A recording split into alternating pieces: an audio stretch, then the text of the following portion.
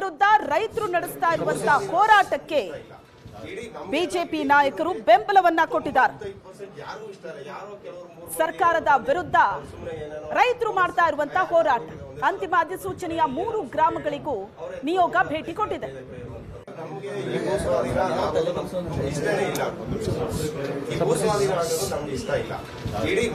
ಇಡೀ ಊರಲ್ಲಿ 95% ಯಾರಿಗೂ ಇಷ್ಟ ಇಲ್ಲ. ಯಾರೋ ಕೆಲವರು 3 ಮಂದಿ 2 ಮಂದಿ ಅವ್ರು ಸುಮ್ಮನೆ ಏನೇನೋ ಬೋಗಸ್ ಹಂಗಾಗೋಯ್ತು, ಒಂದೇ ಸಲ ದುಡ್ಡು ಕೊಡ್ತಾರೆ, ಈ ತರ ಎಲ್ಲ ಏನೇನೋ ಸುಳ್ಳು ಹೇಳಿ ಅವ್ರೆಂತವ್ರು ಅಂದ್ರೆ 10 ಎಕರೆ 15 ಎಕರೆ ಇರುವಂತವ್ರು. ನಮ್ಮ ಹತ್ರ ಇರೋದೆಲ್ಲ 1 ಎಕರೆ ಇಂಥವ್ರೆ ತುಂಬಾ ಜಾಸ್ತಿ ಇದೆ. 1 ಎಕರೆ 2 ಎಕರೆ ಇರುವಂತ ರೈತರು ಎಷ್ಟು ಜನ?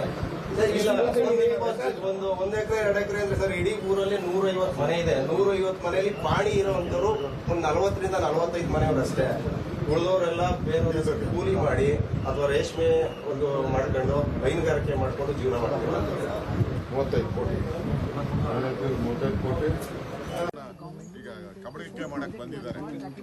ಕಾಂಗ್ರೆಸ್ ಅವರು ಕಬಳಿಕೆ ಮಾಡ್ತಾರೆ. ಮಾಡಿಬಿಟ್ಟು ಈ ಸೈಟ್ಗಳನ್ನ ನಿಮಗೂ ಕೊಡಲ್ಲ. ಅವ್ರೇನು ಯಾರ್ಯಾರೋ ಎಲ್ಲಿ ಇಡೀ ದೇಶದಲ್ಲಿ ಯಾರು ಬರ್ತಾರೋ ಅವರು ದುಡ್ಡು ಕೊಟ್ಟು ಪರ್ಚೇಸ್ ಮಾಡ್ತಾರೆ. ಅದರಿಂದ ಲಾಭ ಬರ್ತದೆ. ಆ ಲಾಭ ಲೇಔಟ್ ಮಾಡಕ್ಕೆ ಬರುವಂತ ದುಡ್ಡು ಅದನ್ನ ನಿಮ್ಮ ಅಭಿಪ್ರಾಯ ಜನಗಳಿಗೆ?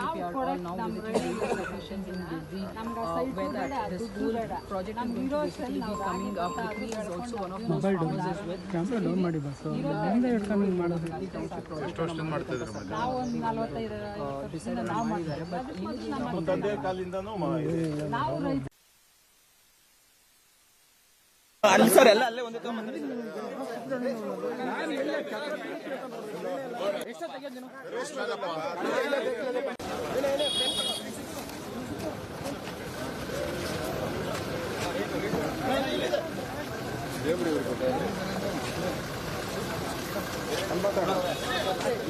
ಯಾರ್ದು ಬೈಟ್ ಮಾಡಬೇಡ್ರಿ ಅಂತ ಹೇಳಪ್ಪ.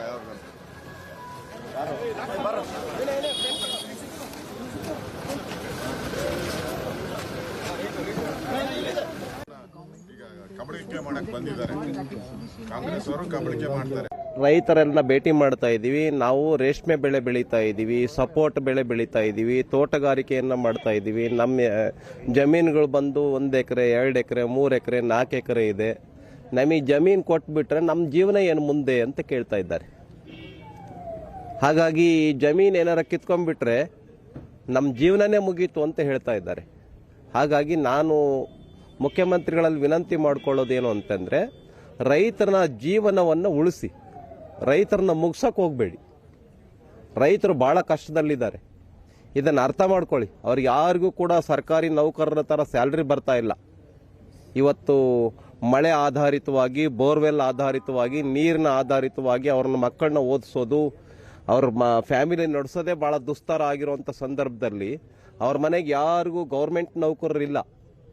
ಹಾಗಾಗಿ ಈ ಜಮೀನನ್ನು ಒತ್ತಾಯಪೂರ್ವಕವಾಗಿ ವಶಪಡಿಸ್ಕೊಳ್ತಕ್ಕಂಥ ಕೆಲಸವನ್ನು ಸರ್ಕಾರ ಮಾಡಬಾರ್ದು ಅಂತೇಳಿ ನಾನು ಈ ಸಂದರ್ಭದಲ್ಲಿ ಅಲಂಕಾರಪಡಿಸ್ತೀವಿ. ಉದಾಹರಣೆ ಕನಕಪುರಕ್ಕೆ ಒಂದು ನೀತಿ, ಇಲ್ಲಿಗೊಂದು ನೀತಿನ. ಕನಕಪುರದಲ್ಲಿ ಏನು ಹೇಳ್ತಾ ಇದ್ದೀರಿ ನೀವು? ಯಾವುದೇ ಕಾರಣಕ್ಕೂ ಜಮೀನು ಕೊಡಕ್ಕೆ ಹೋಗಬೇಡಿ, ಚಿನ್ನದಂತೆ ಬೆಲೆ ಬರುತ್ತೆ. ಅವ್ರಿಗೆ ಚಿನ್ನದಂತೆ ಬೆಲೆ ಅವ್ರಿಗೆ ನೋಡ್ತಾ ಇಲ್ಲ, ಜೀವನ ನಡೆಸ್ಬೇಕು. ಹಂಗಾಗಿ ನಮಗೆ ಜಮೀನು ಬೇಕು. ನಮ್ಮ ಹತ್ರ ಜಮೀನು ಕೇಸ್ ಹಾಕಿ ಎದುರಿಸಿ ಜಮೀನನ್ನು ಕಿತ್ಕೊಳ್ಳೋಕೆ ಹೋಗಬೇಡಿ ನಮ್ಮ ಕಡೆಯಿಂದ.